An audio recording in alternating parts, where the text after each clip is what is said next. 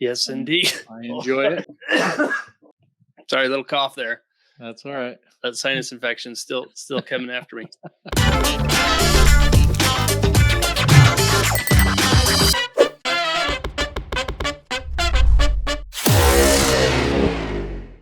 All right, what is up, everybody? Isaac here with Civil Engineering Academy, coming at you with another fun podcast episode. I just got back from a week-long visit in Texas. Everything is indeed bigger in Texas.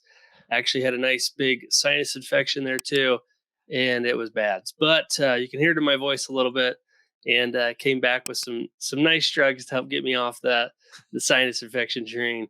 But we're doing better. So anyway, today we're going to be talking about distractions, and there's some interesting statistics out there, including people that go to the office and how much time people are actually focusing.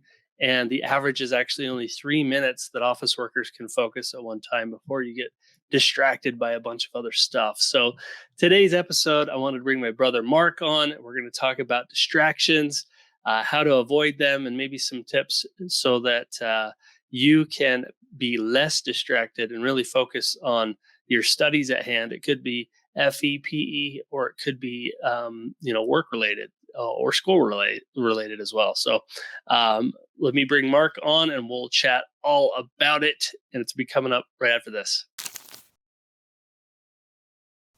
All right, Mark, what is going on? Hey, Isaac, it's good to join you again. We always have fun doing these things. I guess real quickly before we dive into talking about distractions in general, what's your workplace like? Let's say when you come into the office, are you easily distracted there, or can you actually focus on stuff? Well, unfortunately, I get easily distracted, and most of that's because I'm a supervisor. There's a lot of people that report to me, and during the course of the day, they have questions. I try to empower my people to make their most of their own decisions, but a lot of times they have questions about different little issues that come up throughout the day, and so they want to get a hold of me and talk about those things. I usually have a kind of an open door policy, where I don't mind people coming in and talking to me about their issues, because I want to help them get past things. But it's very distracting. And then on top of that, I've got my cell phone there, and clients are calling me, and different things are going on during the course of the day. Even the superintendents that report to me, when they have different issues, they're calling me throughout the day. So my office is ripe with distractions. But those sound like good distractions, like at least the ball's moving forward if you're helping somebody.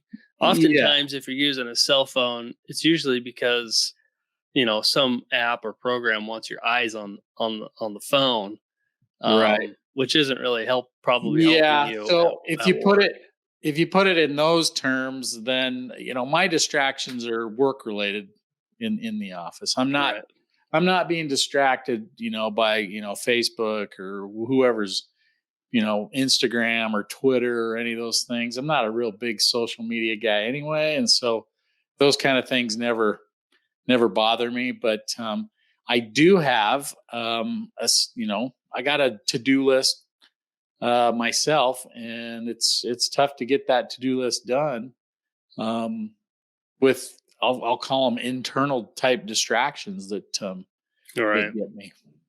Well, I think that leads to kind of our first point. If you're dealing with distractions, one of the first ways to really combat that is to get organized. And that can be a to-do list. Like you've got, even with things going on, you've got to get to that list at some point. So, is there a tool or something you just write on paper? What's been your best practice? I'm a sticky note guy. So I used to try to use my Outlook, to try to keep track of my to-do list. But I found that if I just have a little stack of sticky notes, that I could just write down things that come to mind, things that I know I need to get to. And that's how I do it. Nice. I've got usually a series of 5 to 6 sticky notes that I've written things down on. And they're kind of stuck on the side of my monitor at my desk. And And as I get Perfect. things done and I cross them off, then I pull them off and, throw them away. But Distraction that's my goes away. that's my system. Hey, everyone's got a different way of doing it. Yeah. I know if you're studying for the FE or PE, a way to get organized could be, doing time blocking or, making sure you've set aside time specifically for your studies. If you're in school, that could be the same thing. But definitely having a to-do list or to try to get organized, and whether that's electronic, in your calendar, or whether it's a sticky note, I think goes a long ways to helping you as you're trying to figure out ways to be less distracted to focus Yeah. on The important other things. thing that helps you with, Isaac, is I think just the anxiety, right? A lot of times when your to-do list is kind of, bouncing around in your head. Um, at least that's my problem is when I don't have it written down, and so I know I'm not gonna forget it. I tend to get more nervous about it, right? Oh no, Hmm. what if I forget this? What if I forget that? And so when you're writing things down, for me anyway, it takes away that anxiety about making sure you're remembering everything, staying Okay. organized. Well, that brings me to another point, and that is breaking up big things into small things. So oftentimes we're seeing big tasks that need to be done, and those get really overwhelming for us. So, using your sticky note method, or I guess any other method, how are you able to break up large tasks that you have on those into smaller ones? Is there a method or a way that you've been able to handle that? Yeah, so when I've got big tasks, I will divide them up. I'll usually there's a deadline associated with that large task that I need to work towards, and so I'll actually divide up. Maybe I know I need at least a couple of hours of non-distracted time, meaning even the internal distractions that I was talking about before. I'll even shut those off because those people that report to me, they're just going to have to wait because I've got to focus on this task that I've got to get done. And so if it's a big task, I'll allocate a couple hours every day where I can do that. And I'll shut off my phone. I'll shut my office door so people know that I'm busy or they think I'm gone. And then Either way. yeah, either way. And then I'll be able to just focus on that one thing because I can't, the multitasking thing is, I think it's a myth. Nobody can multitask. All they do is their brain just shifts from one task to the other Hmm. um, as they're bombarded with these distractions. And so for me, I create that blocked out time and then it's shut the phone off. And then I don't even look at the email either because that can be a distraction even though that may be legitimate issues that are coming up that I'll need to deal with eventually. But at least I'll have that 2 hour block of time that I can just focus on the task and knock out big chunks of the project that I've got in front of me. And so Hmm. that's what I'll do. I look at it in 2 hour blocks is the way I look at it. And so I'll say, okay, Monday I'm going to block myself out for 2 hours. Tuesday I'll do 2 hours, and Wednesday I'll do 2 hours, and I think I'll be done by then. But So within those 2 hours, I've blocked out everything, including shutting my door so nobody comes in. yeah.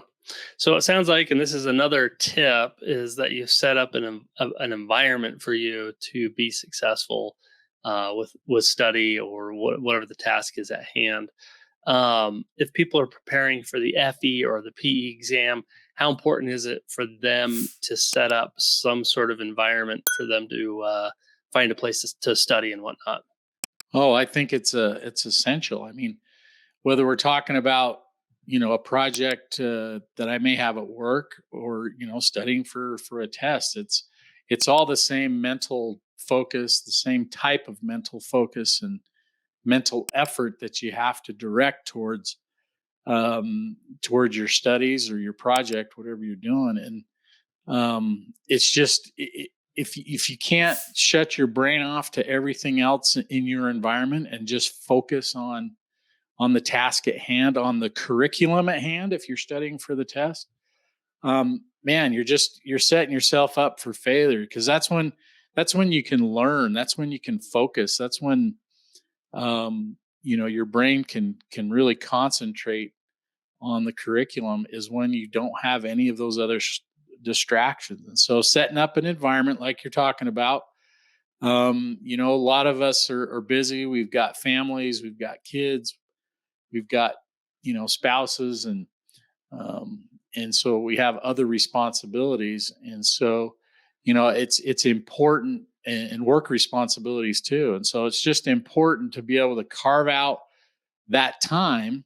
And that lends itself, also, Isaac, to saying that, you should give yourself enough lead time leading up to a test, for study, and carve things up into digestible blocks of time, Hmm. where that, okay, maybe the kids are going to bed at 9 o'clock at night, and I can study for a couple hours after they've gone to bed. Maybe that's the time that you've got, or maybe it works better for you early in the morning. But finding those blocks of time where you can just focus undistracted is just, I mean, it's everything. That's really, really important. I've seen pictures of people that do study, and sometimes those areas, those environments that work for them, are even their closed closets. Oh Finding a yeah, spot that right, works for you. So, right. and that's okay. I remember when I studied, it was like the kitchen counter. I had all this stuff on the spread out on the kitchen counter, and at the time I didn't have a lot of other distractions, and that was the place that I could go to and really study Yeah. for that For for those me, things. I had to go, reserve a room at the library, because my Mm, boys were little at that time, and I knew if I was home, they'd want to be with me and jump on me, and we were always good about playing and having fun together. And so if I were home, then they would think it's playtime. oh And yeah, yeah, so the way it worked for me is, after work, I would just, plan on stopping at the library, for a couple hours before I went home. perfect. So Well, find your spot, find your environment. Another tip to go along with that is make sure that you keep things clean and tidy. I know that sometimes that's hard for people, but I think your mind can focus a lot easier when it's not, cluttered with a bunch of crap everywhere. So, take that as another tip to help you with less distractions. Obviously, if you're studying, you want to silence your phone, and you don't want to be distracted by that. But at the same time, some people study, I guess, better when they have some sort of background like music or something that kind of inspires them in the background. And I don't know if everybody is like that, but I do know people that study with music on to kind of help them get in the mood of focus. I don't know what that music is, whether it's classical or whatever. But what's your thoughts on music to help you cut out some of the noise and help you focus? yeah, if it works for you, I say that's great. um, I know for me, if I'm trying to read something and concentrate on meaning of what I'm reading, music is a distraction to me. Um, and but that's the way my brain works, and so I like it quiet. But I know there are some people, and I think that's great if a little music in the background helps you focus, helps you relax. Hmm. Yeah, that's a good idea. Do it. I like it. Another thing that I think is important is, how do you celebrate kind of the small wins? Well, I mean, after you set a goal that's really hard, maybe it's preparing for an exam, maybe it's a project. Um, what's your advice for taking breaks, or even setting up some sort of reward system for you after you've achieved some sort of goal, um, to reward yourself? I think it's a good idea. I try to do that, is as I usually my stuff at work is usually centered around a team effort, and so I'll if we've got a big project and we hit milestones and we're delivering, things that we've promised to our clients, I'll take my team out for lunch, as kind of a little reward for getting different milestones done, and that's been appreciated. Um, but as you're studying for a FE or PE test, I mean, there's little simple things that you can do to reward yourself. I mean, maybe there's a favorite treat that you like. Maybe after you're like, okay, I'm going to get through this certain bit of curriculum. Maybe you're studying for geotech or water resources or whatever, and you set a goal for yourself to get through a certain amount of the curriculum at a certain time. And if you make that goal, then maybe you reward yourself with your favorite treat, whatever that might be. Maybe it's you sacrificed your favorite show you haven't binge watched yet because there you go. Put it off. Exactly. Maybe you've put off your favorite series, your favorite Netflix show, whatever it is. So you say, okay, if I get to this curriculum through this, part of the curriculum, I'm going to reward myself with a 3-hour binge session. There you go. Whatever. There you go. So just those simple little things that you enjoy doing. Give yourself little rewards like that. Cause it's, I don't know. There's something mental about that that we respond well to. Works, in the workplace and just doing it to yourself as you accomplish goals. There's something mentally positive about doing that, and it kind of helps you keep going. It keeps you motivated, right? Yeah, I agree. You take give yourself a little bit of a reward, or no reward is coming. So you're getting through a challenging thing, and you probably want to get to that goal a little quicker. So maybe you push yourself to do it in whatever way that looks like. So, yeah. Cool. Well, one of the last things I kind of wanted to hit on with you is this idea of being present. So we've talked about cell phone usage and turning off distractions in terms of that. We all know that cell phones are a big distraction, but how important is it to be present with either someone you're with or your employer or anything like that? Cell phones, it's so easy to just sit there and text or look at something. Yeah. But being present is kind of a big deal. I've seen people go to dinners and, never look at each other or whatnot. Well, so what are your thoughts on that? Well, I've been in interviews where I'm interviewing potential, hires that want to work for me. And I mean, even during interviews, they'll pick up their phone to look at whatever notifications popped up. Their LinkedIn came in with the next one, the next interview. If that's it, whatever. But I'm sure it's just some tweet or, somebody's posted something on their Facebook or whatever, but or somebody's texting them. But I don't know. That's a big deal. Not only is it just common courtesy, if you're dealing with a client, a colleague, if you're at work, a loved one, yeah, my wife has a problem with me. I'll be honest. I got to do better. Yeah, and I got to do better. We got that phone, and like I don't know, the longer it goes, and the more alerts that we can kind of feel. Maybe it's in our pocket and it's buzzing, bzz, bzz, bzz, and we think that our alerts are stacking up. It even makes us more nervous as we go along. But I don't know. It's so important to just, when you are in a situation, a meeting, when you're in an interview, when you're in an interaction with a loved one, be in that moment. If your brain is constantly switching over to what could be on your phone and what text could be on your phone or whatever, it's not enjoying where you are. I mean, how many times have you gone to a concert or an event or, and everybody's so worried about recording it on their phones that they forget to just sit there and enjoy the event, whether it's a concert or a show, whatever.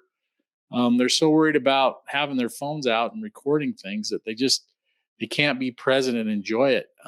I've seen that at some outdoor venues, where we're looking at some kind of a natural wonder, like, we have it some of our national parks around the country, and rather than sitting there and enjoying their surroundings and what's actually going on, they're so busy with their phones trying to record it for whatever reason that they can't enjoy it. They're not present.